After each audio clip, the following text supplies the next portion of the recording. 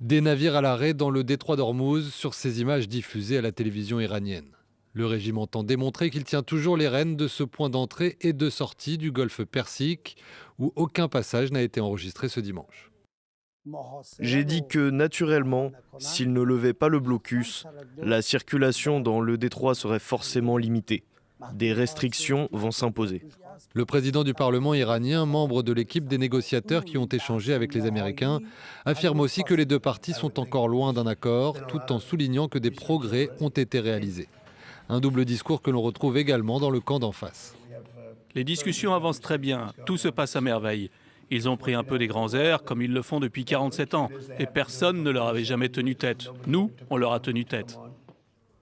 Le président américain continue de souffler le chaud et le froid ce dimanche. Il annonce qu'une délégation de son pays sera à Islamabad lundi soir pour un nouveau round de discussion, alors que le cessez-le-feu entamé le 8 avril dernier doit s'achever mercredi.